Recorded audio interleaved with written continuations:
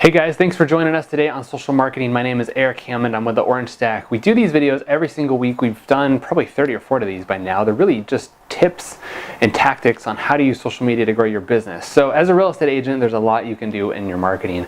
And if you're not implementing social media, this is the video for you. We teach you guys how, as a real estate agent, to really dominate Facebook and get a lot of leads and transactions from it. So I'm excited. The next 11 weeks are going to become like a little boot camp for you guys, if you will.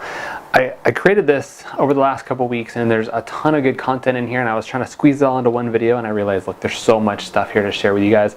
I want to break this out into the next 11 weeks. So this is kind of the introduction of how you can use social media in your business and what you're probably not doing right as a real estate agent. So look forward to the next 11 weeks. It's going to be some incredible information as we dive into this, and I hope that we get some feedback from the videos as we're going along, because I'm going to make this in parallel every couple days. So if we get engagement along the way, I'm going to try to answer some of those questions along the way. So this first one really is, as a real estate agent, why should you be on social media? What's the point of social media? I actually just had a class yesterday, and the age demographic of this class was like 60 to 75, right? So depending on who's watching this, a little bit older of a crowd, but still, it works. They're on social media, they're engaging with content, they're watching stuff, and they're saying, hey, I use it for personal use and it's great, I get a lot of referrals. Why do I need to go start a business page? What's the point of being on social media? How's this gonna help me? And that's what we're gonna be talking about over these next 11 weeks.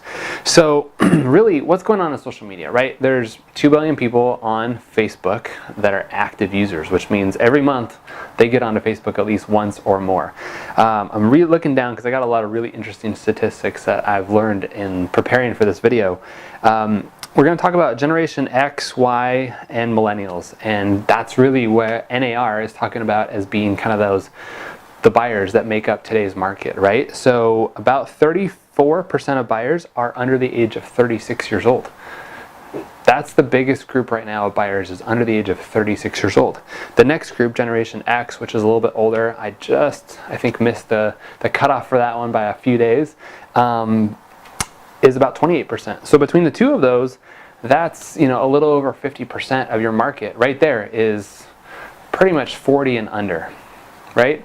That's who's buying homes today. That's what's going on in the real estate market. That's according to NAR, and they do a ton of research, National Association of Realtors, if you don't know what NAR is. But what's interesting is it talks about who's on Facebook, right? So if those are the buyers, let's look at who's on Facebook as a whole. 18 to 29-year-olds, actually, out of that whole group, and I'm talking US US population total, not just people who are online, but everybody who's in the United States, that between the ages of 18 and 29, 88% of them are on Facebook. That's huge. That's a huge number. Just as big almost, between the ages of 30 to 49, which is my category, 79%. So almost 80% is in and on Facebook on an active, regular use. That's huge. And then you're thinking, okay, 50 to 64-year-olds, that's where it kind of cuts off, is about 65 that Facebook knows about people. That's actually 61%. So 61%, if you look at it, it averaged out to be almost 80%. So 80% of the country between the ages of 18 and 64 years old are on Facebook on a monthly basis. Which means, I'm looking for my phone, that generally speaking, people are on that little device looking at stuff. And the average user, I just read the other day, is actually on that platform in different periods throughout the day for about 20 minutes. So there's a lot of attention. There's pretty much every age group between the ages of 18 and 64 who are on social media, on Facebook specifically. Another interesting stat is that if you added up all the other social platforms, Instagram, Twitter, LinkedIn, Snapchat, all these social platforms, they still don't even come close to the size of how big Facebook is right now. And it's growing. I think they're growing at like 16 or 20% every year. They just hit 2 billion back in the late part of 2017, and they're already at like 2.1 billion. So they're growing pretty quick. So YouTube's another interesting stat. Between the ages of 18 and 49, YouTube actually has a bigger reach than the cable networks. Is that not crazy? I mean, think about who's watching TV nowadays. It's young people, but they're not watching cable, they're watching YouTube. I realize at night when I have 20-30 minutes and I'm just done and I need to like veg out for a second or think about something else, I go to my phone, I find something that I'm interested in watching and cue it up on the TV. We don't even have cable anymore. I mean, that was a bill that I was happy to cut out of my life. My kids watch a lot of just random stuff online. But the cable networks are failing, you know, they're not giving you the content that you want. So companies like Apple and Netflix and YouTube and Hulu are getting you content that you don't have to be a subscriber for. So advertising on these cable channels just doesn't make sense anymore. It's so easy to put yourself in a YouTube platform and be in that environment. So 18 to 49, YouTube's the spot. You know, bottom line, your clients are obviously on social media. They're there, they're engaging, they're commenting. I read a stat that said every day there's 550 million hours of video content consumed. That's so much video. There's so many people looking at these social channels all day long. They're looking for entertainment. They're not watching TV anymore. So they're pulling out their phone. They've got 5 minutes here. They've got 20 minutes there. They're looking for stuff to digest. They're looking to learn and research and find out about products and services and look what friends are doing and travel blogs and cooking and all that fun stuff, right? Like the American pastime for the last 30 years was put your kid in front of the TV or sit down and watch TV as a family. I remember when I was growing up, the average American watched TV something like 4 or 5 hours a day. All that traffic's now on that phone and on that social media platform. Really interesting stat. 1 in every 6 minutes spent online is on Facebook. Is that not incredible? So where do we need to be? We need to be online. We don't need to be on TV. And what platforms we need to be on? Social media. And what social media platforms do we need to be on? Facebook.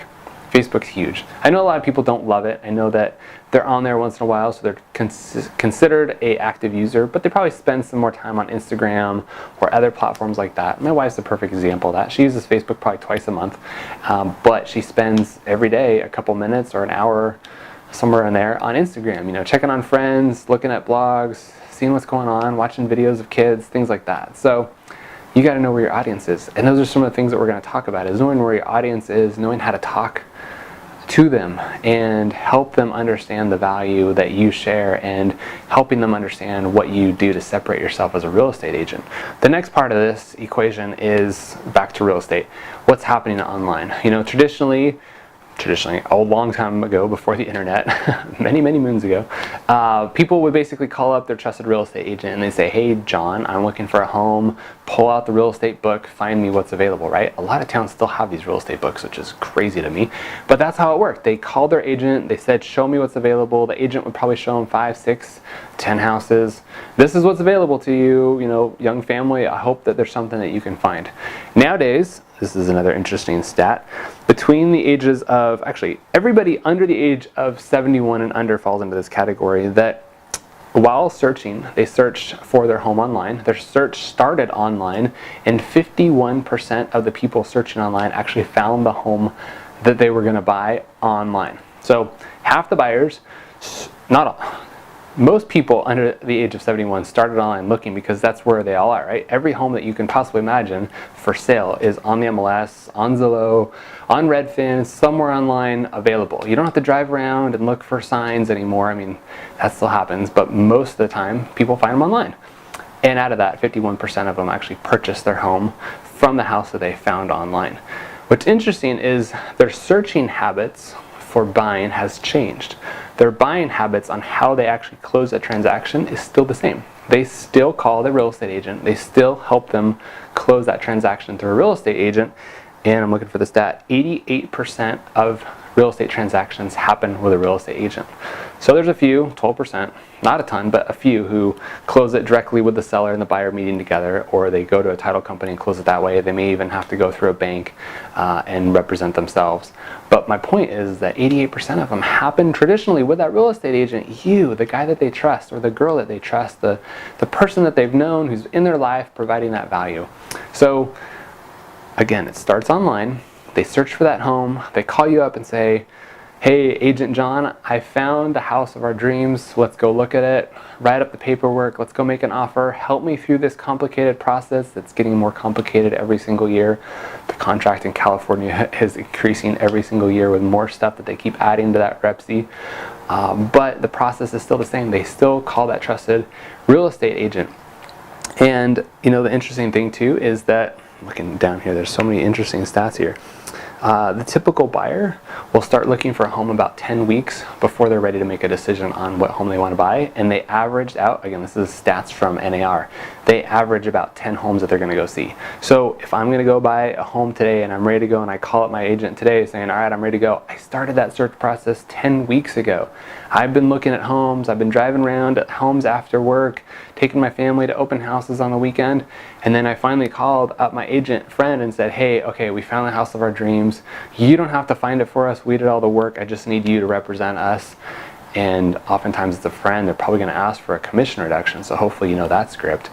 But the point is, they started online, they did their research. When they're new to an area, they start looking at the area and they see what's going on in the area, what restaurants are here, what parks are here, how's the school district, what's going on, do we want to live here? They do all that research during those 10 weeks, so they're constantly online looking at things. Guys, if you haven't seen it yet, I'm creating the perfect storm. Your clients are online all day, most of them. They're on Facebook, they're on social sites, they're researching where they want to live, they're talking to people in that area. Guys, if you haven't realized it already, you have the perfect storm here that I'm talking about. You have your clients coming to a platform online for 10 weeks to capture that attention while they're looking to move to a new area. You know, a lot of people move within their neighborhood and they already know it, but there's a lot of people who move into new areas across town or from other states, who type in on Google and search, who go to Facebook and see what's going on in that area. They join groups of interest in that area. They're doing the research for those 10 weeks. You have 10 weeks to capture that information and try to get somebody new's attention and saying, hey, I'm the real estate agent of this zip code. I own this farm. I am that expert. When you want to know where to eat and you want to know what the best menu item is on that place, come talk to me.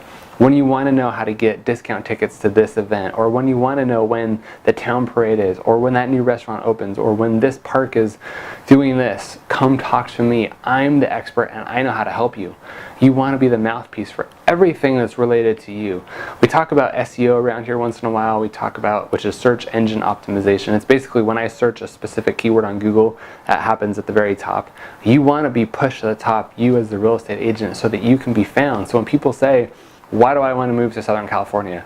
Or what is there to do in New York? Or what happens in the Midwest in July? You know, things like that. People are going to be searching for specific reasons why they want to move to that town. And is it the place that I want to be? You need to stand out. You need to be that expert. And that's how social media is going to get you there. So again, I'm super excited for these next 11 weeks. I know this is kind of a long intro into what we're going to cover, but I'm going to help you guys separate yourself. I'm going to teach you how to separate yourself from the pack. There's so many agents out there that people can work with. Why should they pick you? Why are you going to help them and bring them more value than probably anybody else? They probably have 7 friends that are real estate agents in their life. How are you going to stand out and be the person that's going to help them get that house at the best price, avoid any pitfalls that they may not realize when they're buying, and make the process as simple as possible? So get on social media if you haven't already. Hopefully this video has helped sell you on saying it's time to get on Facebook. The boat's starting to pull away from the shore. It's time to get on social media. Don't miss this opportunity. There's more eyeballs there than ever before. You can't track how many people open and look at your mail. You don't know what people do with it once they get it. You can't track billboards and radio ads and all these traditional forms of marketing, but you can track the heck out of social media platforms. So let's dig into it. Let's jump into it. Let's make the most out of the social platforms that are available to you now, while they're still very affordable to get onto. Thanks. This has been an awesome little rant real quick about social media and the eyeballs that are there. So enjoy the next 11 weeks. You know, if you've got a friend or somebody in your office that could benefit from these tips and suggestions on social media, please share this video with them. Love to connect with you, and we'll see you on the next one.